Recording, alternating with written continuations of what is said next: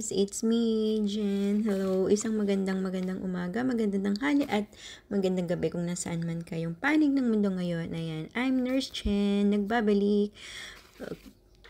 Ready na ba uli kayong marinig ang tips of the day from Nurse Chen? Ayan, kung ready na kayo, huwag niyong kalimutan mag-follow sa aking page, ang Nurse Chen page ko.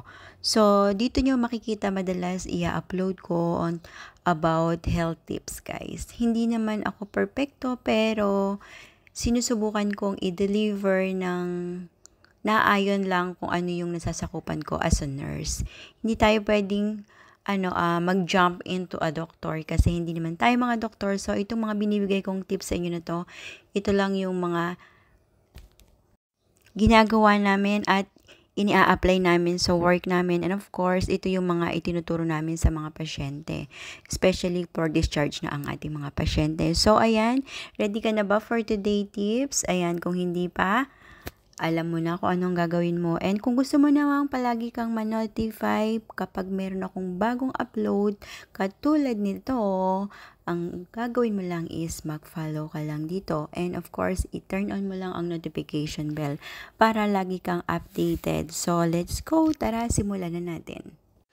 Unang tips natin, ito naman ay para sa mga tao na hindi nila alam kung paano gagawin nila kung sila ay may sakit na diabetes. So usually guys, yung mga tao na to is sila yung mga nakatira sa mga liblib na lugar na hindi nakakarating sa syudad, na nakakapagpa-check up, na nagtatanong lang kung sa mga nila, kapitbahay, kakilala, or kahit sino pa man. So, wala silang idea kung paano ang gagawin nila at paano nila alagaan yung kanilang sarili para maiwasan yung mga tulad ng pagkaputol ng mga paa, mga daliri, lalo na kung ikaw ay may diabetes. Ito ang dapat mong gawin. Disclaimer lang po, ito po ay isang paalala lang at anong lahat ng pong sinasabi ko dito is ay naayon lang po sa aking natutunan sa aming pinag-aralan. So, inuulit ko po, hindi po ako isang professional para sa mga may sakit na diabetes. Gusto ko lang pong makatulong, konting knowledge lang po about sa iyong kalusugan. Lalo na nga kung ikaw ay may sakit na diabetes. Ito ay para sa iyo. Pakinggan mo at sana makatulong ito para sa iyo. Una, 'di ba? Dahil ikaw ay may sakit na diabetes, dapat ikaw hindi ka nagugutom, hindi ka nalilipasan ng gutom.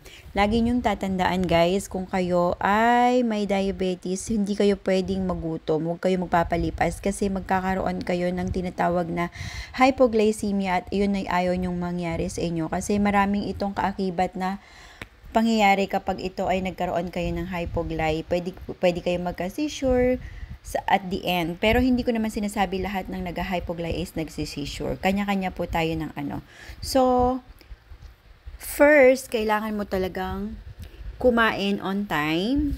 And of course, kung aalis kayo ng bahay, make sure lang guys na dapat meron kayong dala-dala ng mga candies. Yung matatamis na candies, hard candies, katulad ng mga yon.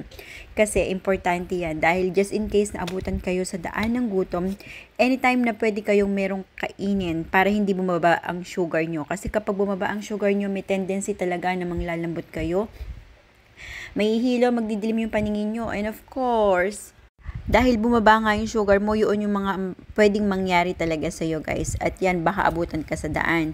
So, ayaw nating mangyari yun. So, iwasan natin yun. So, dapat bago ka umalis ng bahay, nakakain ka. And make sure dapat meron kang daladalang gamot mo.